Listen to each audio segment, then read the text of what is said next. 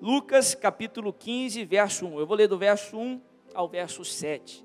A palavra de Deus diz o seguinte: todos os publicanos e pecadores estavam se reunindo para ouvi-lo. Mas os fariseus e os mestres da lei o criticavam. Este homem recebe pecadores e come com eles. Então Jesus lhes contou uma parábola. Qual de vocês, que possuindo 100 ovelhas e perdendo uma, não deixa as 99 no campo e vai atrás da ovelha perdida até encontrá-la? E quando a encontra, coloca alegremente nos ombros e vai para casa.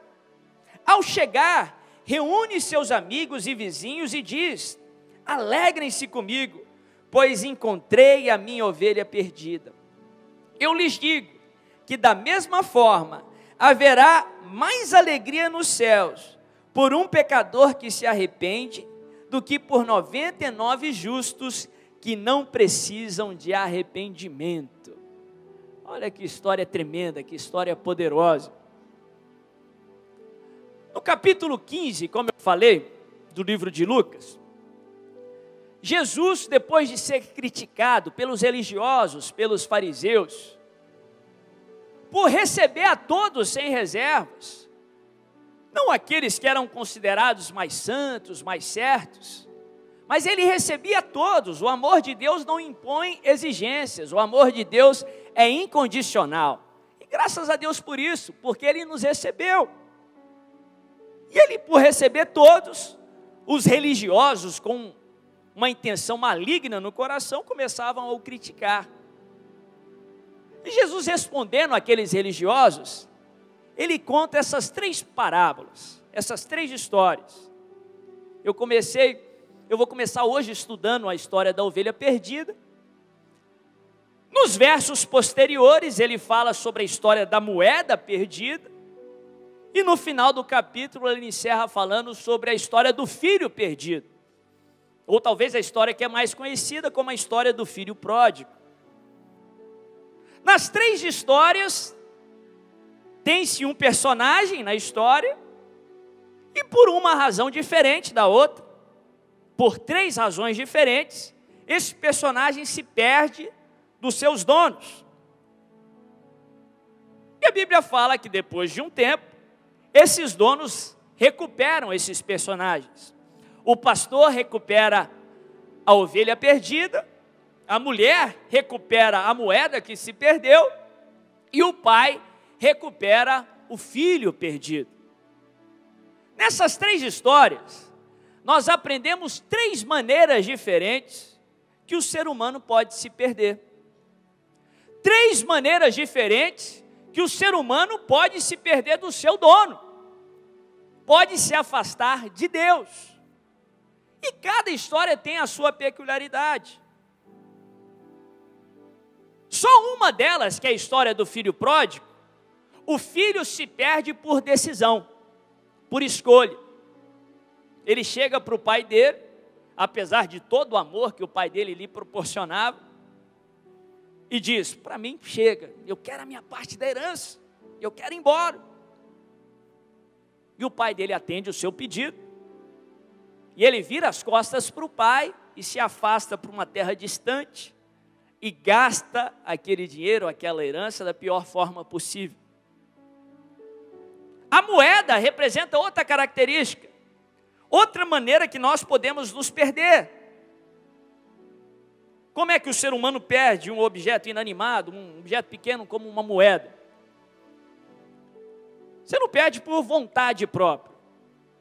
Geralmente porque você deixa ela num lugar, esbarra e ela cai, ou ela cai do seu bolso. A moeda representa aqueles que se perdem pela situação. E perder moeda naquele tempo era algo muito mais sério do que nos dias de hoje. Porque não tinha energia elétrica como nós temos, as casas não tinham a higiene que nós temos nos dias de hoje, o chão era feito de rochas, não era tão arejado como as casas, principalmente aqui no Brasil, são, muitas não tinham nem janela. Então perder moeda e achar era algo muito difícil. A moeda perdida representa aqueles que se perdem pela situação. Tem pessoas que se afastam de Deus pela situação. Uma adversidade, um problema. E por ironia, talvez sejam os momentos que mais eles deveriam se aproximar de Deus. Muitas vezes se afastam por situação. A história de hoje que nós vamos estudar, a história da ovelha perdida, representa aqueles que se afastam de Deus pela sua natureza. A ovelha é um animal irracional, considerado até um animal um tanto burro, sem tanta esperteza. E como que ela se afasta do rebanho? Ela se afasta por sua natureza, pelo seu instinto. Porque ela está numa pastagem, de repente ela vê que a pastagem mais distante, ela é mais agradável. E por instinto, por natureza, ela se afasta. Ela vê algo mais verde, ou porque ela vê outra caminhando numa direção, e ela vai atrás, sem muito raciocínio, apenas pela sua natureza. E nessas 3 histórias nós aprendemos lições tremendas sobre a nossa identidade no Senhor. Nós aprendemos lições maravilhosas sobre a identidade do Senhor, aquilo que Ele é. Aprendemos também sobre restituição, não a maneira humana, mas a maneira do Senhor. E eu quero estudar com vocês nessa noite a história da ovelha perdida. E quero compartilhar algumas lições poderosas, para que você possa, como uma ovelha, se aproximar cada vez mais do bom pastor, que é o Senhor Jesus Cristo, e possa viver o propósito que Ele tem para a sua vida, em nome de Jesus, amém? Primeira lição que eu quero compartilhar nessa história: o seu passado não determina a sua identidade. O seu passado não determina a sua identidade, ou aquilo que te define, aquilo que você é. Nós vemos isso nessas 3 histórias. A ovelha se perdeu. A moeda se perdeu. O filho virou as costas. Gastou toda a herança que tinha recebido do seu pai na hora errada e da pior maneira possível. Todos ficaram distantes dos seus donos. Mas interessante, que mesmo perdida, a ovelha não deixou de ser ovelha, a moeda não deixou de ser moeda, e o filho não deixou de ser filho. Mesmo a uma distância considerável, mesmo estando perdidos, a distância não definiu a identidade de cada personagem. Mesmo agindo de maneira errada, mesmo virando as costas de uma maneira vergonhosa, as ações não definiram a identidade de cada personagem. Porque aquilo que você fez, o seu passado, as suas experiências, não definem quem você é, não define a sua identidade. Você não deixou de ser aquilo que Deus criou você para ser. Talvez você se sente não como um filho, mas como um bastardo. Talvez você sente que não merece a ação de Deus na sua vida. Talvez pelas suas experiências, talvez você experimentou derrota até aqui, e você acha que o seu passado define quem você é, que talvez você seja um derrotado. Mas a palavra de Deus nos ensina o oposto disso. O seu passado, as suas experiências não definem quem você é. Você não deixou de ser filho amado pelo Senhor. Você não deixou de ter recebido a bênção do Senhor quando Ele te criou. Lá aquela bênção que Ele liberou sobre o homem e a mulher na criação. Sede benditos, sede fecundos, sede frutíferos. Você não deixou de ser aquilo que o Pai te criou para ser. O seu passado não define a sua identidade. O seu passado não define quem você é. Um ótimo exemplo disso é a transformação, é o encontro que Jacó tem com Deus. O nome Jacó significa suplantador, enganador. Ele havia recebido esse rótulo, esse nome dos seus pais. Os seus pais o chamaram de enganador. Ele era chamado pelas pessoas de enganador, uma pessoa que enganava. Ele agia de fato como um enganador, de uma maneira muito suja. Ele engana o seu irmão por 2 vezes, roubando aquilo que não era seu, era do seu irmão.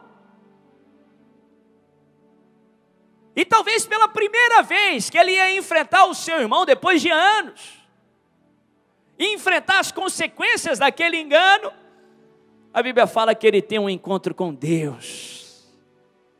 E o que acontece todas as vezes que o ser humano se encontra com Deus? As suas vidas são transformadas. A Bíblia fala que Deus se manifesta de uma maneira que ele se deixa ser lutado. O anjo do Senhor encontra com Jacó e ele luta com Jacó durante uma noite inteira. Pela manhã, quando o sol está para nascer, ele percebe que ele não estava lutando com qualquer um, era o próprio Deus ali. E ele fala uma frase bonita, ele diz, o anjo fala para ele primeiro, deixa-me ir. E ele fala, não te deixarei ir, se não me abençoares. O anjo pergunta para ele, qual é seu nome? Coisa que Deus não sabia a resposta, mas ele tinha um propósito, ele queria consertar algo. Ele fala, Jacó, enganador, meus pais me chamaram assim, as pessoas me chamam assim, o meu passado diz isso o tempo todo, eu tenho agido como um Jacó. Mas o anjo diz assim, não te chamarás mais Jacó, mas Israel. Você não é o que os seus pais disseram que você é, você não é o que as pessoas dizem que você é, você pode até ter feito o que eles estão dizendo, você pode até ter agido assim, mas o que você fez não define quem você é tudo aquilo que eu criei você para ser, você é Israel, um campeão com Deus, você é filho, você é filha, criado à imagem e semelhança do Senhor, só porque você está distante, não anula aquilo que você é, Deus criou você para ser filho do Rei dos Reis dos Reis. O seu passado não define a sua identidade. O que você fez não define quem você é. Segunda lição que nós aprendemos com esse texto. Deus não desiste de você. Deus não desiste de você. Vou falar mais uma vez, que eu sei que sempre tem alguém que precisa ouvir isso. Deus não desiste de você. Deus nos criou com um propósito muito especial. Ele queria constituir para si uma família, e Ele quer que o ser humano, que eu e você, faça parte dessa família. Ele nos cria a sua imagem e semelhança, e nos dá algo muito especial, nos dá o livre arbítrio, o direito de escolha. E Ele faz isso por um raciocínio muito simples. Ele queria que nós constituíssemos sua família como filhos. Quem não tem livre-arbítrio, quem não tem direito de escolha, que você poderia argumentar, poxa, se é ruim sem Deus, por que Deus deixa a gente ficar sem Ele? Por que Ele não nos obriga? Ele poderia ou não poderia fazer isso? Ele pagou um alto preço por nós. Por que Ele tem esse risco de nos perder, nos permitindo escolher? O raciocínio é muito simples. Quem não tem escolha, não é filho, é escravo. É escravo que não tem direito de escolher. E Deus não quer escravo. Deus quer filho, Deus quer filha. Deus quer uma família para que Ele possa ter um relacionamento vivo e pleno com eles. Só que a Bíblia fala, e nós vemos um exemplo do propósito de Deus lá com Adão e Eva. Eles viviam a plenitude de um relacionamento vivo com Deus. Tinham um relacionamento pleno e tinham todas as consequências disso, a bênção do Senhor, a abundância do Senhor, a alegria do Senhor.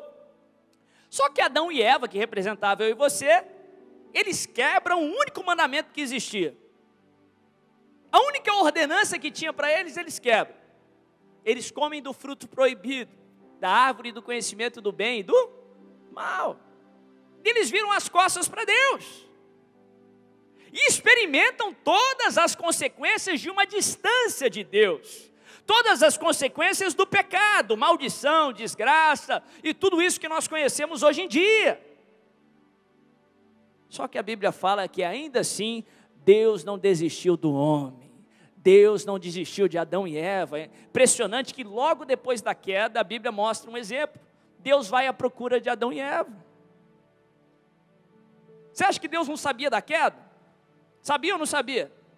E mesmo assim ele foi atrás de Adão e Eva. E a Bíblia fala que eles, porque começaram a ter ciência daquilo que não devia, eles ficam com medo e se escondem de Deus. A pergunta certa nunca foi aonde está Deus. O ser humano fica pregando aí fora, o homem sem Deus, que a pergunta certa é essa: onde está Deus para que tudo isso tenha acontecido? Mas a pergunta certa nunca foi essa. A pergunta certa sempre foi aonde está o homem. Foi o homem que se afastou, foi o homem que se escondeu, mas Deus nos amou tanto que Ele sempre vem à nossa procura. Ele não desiste de nós, Ele não desiste de você. Deus jamais desiste de você. Por isso que Ele envia Cristo Jesus, para restaurar esse projeto que Ele tinha para nós, para a humanidade. Agora,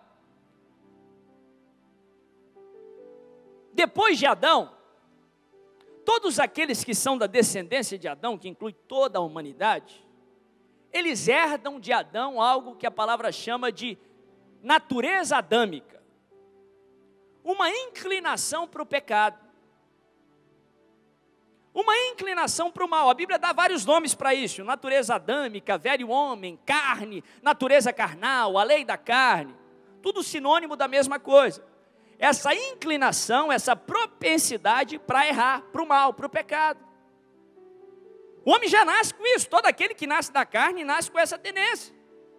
Isso é muito visível em crianças. Você vê, você não precisa ensinar a criança a dar birra. Você precisa ensinar, ó, você vai gritar assim, ó. Você não precisa ensinar a criança a ser egoísta.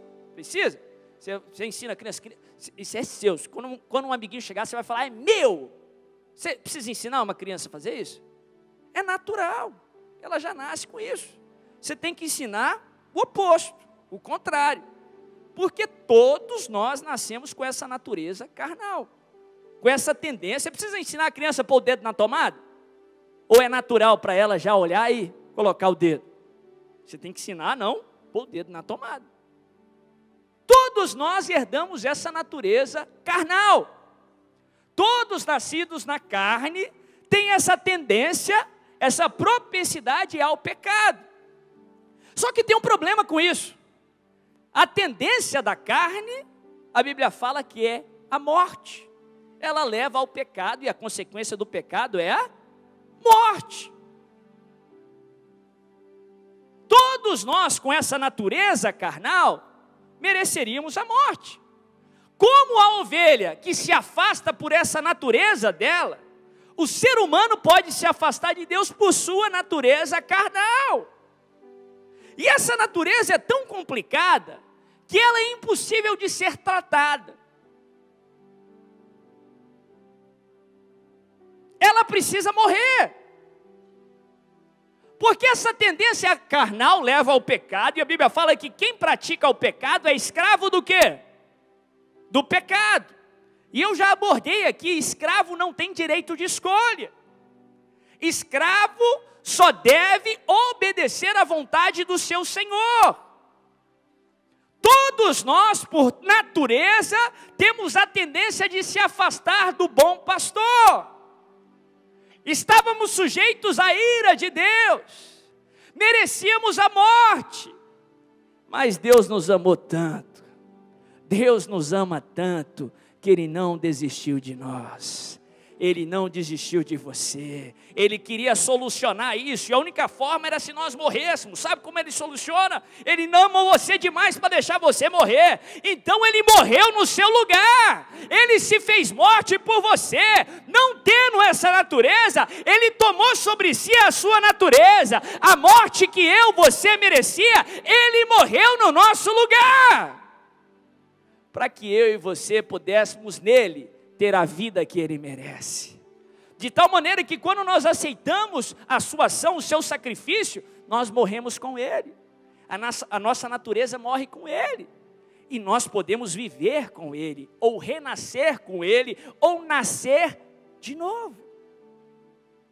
Quando nós aceitamos esse sacrifício, cremos ou recebemos pela fé esse sacrifício, nós morremos com ele e nascemos novamente. Agora não na natureza carnal. Pelo contrário, nós nascemos no Espírito. Nós não nascemos de novo na carne, porque não voltamos para o útero da mãe. Mas nós nascemos no Espírito Santo. E agora não temos a inclinação da carne. Não somos mais escravos do pecado. Somos livres em Jesus, e a Bíblia fala que se a inclinação da carne é a morte, a inclinação do Espírito é Espírito e vida. Fala comigo, vida. Mais forte, vida. Renascemos com Ele, não que perdemos a possibilidade do pecado. Qualquer um de nós podemos pecar, mas nós não somos mais escravos do pecado. O pecado não tira o nosso direito de escolher. Podemos decidir quem vamos servir. Se é o Senhor desse mundo ou o Senhor dos senhores, o Rei dos reis. Terceira lição que eu quero compartilhar com você dentro desse texto. A restituição de Deus é sempre melhor do que a devolução deste mundo. A restituição de Deus é sempre melhor do que a devolução dos homens. A Bíblia fala que quando a ovelha se perde, o pastor deixa todo o rebanho, as 99, e vai à procura da ovelha. E a Bíblia fala que quando o pastor ele acha a ovelha, a alegria é tão grande, ele chama todos os amigos, ele chama todos e faz uma festança tão grande, que a alegria de ver a ovelha perdida de volta é maior do que ter as 99 que não precisavam ser achadas. Aqui nós aprendemos lições poderosas, quero pontuar duas rapidamente. Primeiro, uma ovelha não deve andar sozinha. Uma ovelha não deve andar sozinha. A ovelha precisa de rebanho. Deus não criou o homem para ficar só. Quando Deus foi criar tudo o que existe no livro de Gênesis, a Bíblia fala que Ele cria o céu, cria o mar, cria o sol, cria a lua, e tudo a Bíblia fala que viu Deus que isso era bom. A primeira vez que Deus fala, opa, isso não é bom, foi quando Ele falou, não é bom que o homem esteja só.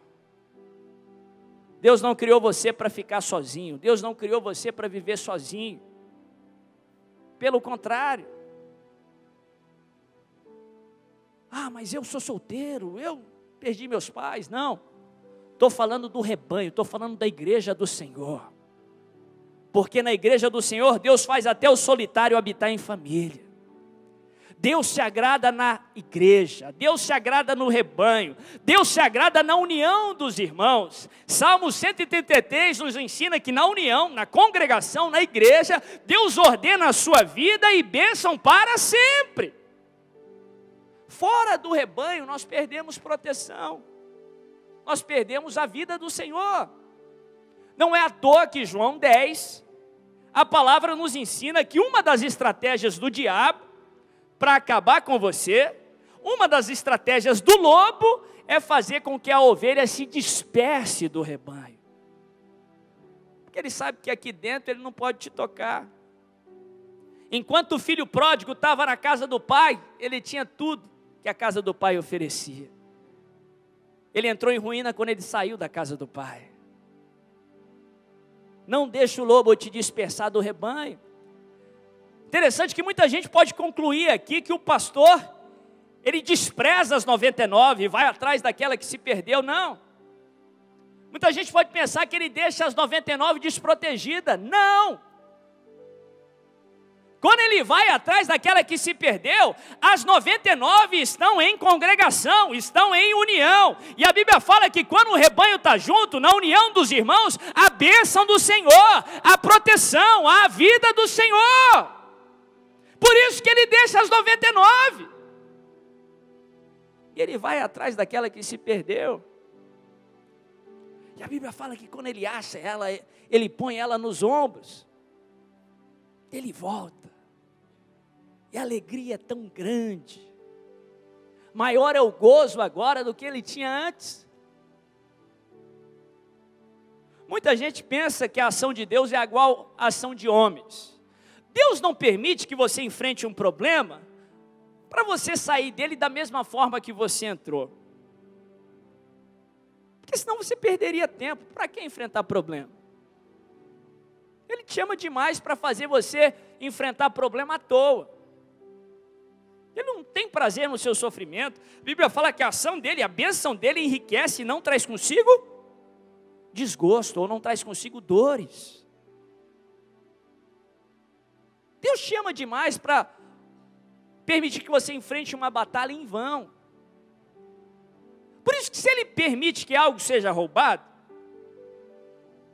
a restituição dele não é igual uma devolução humana. Você perdeu uma bolsa, e ela é desgastada, o tempo passa, depois você encontra ela num pior estágio. Foi devolvida, foi restituída. Deus não é assim. A restituição de Deus não é igual à devolução dos homens. Se Deus permitir você passar por uma perda, não é para sair dessa situação do mesmo jeito que você entrou, ou ainda pior. Deus não deixa você passar por um problema em vão. Se Ele permitiu que algo fosse roubado, quando a restituição vir, a alegria vai ser muito maior.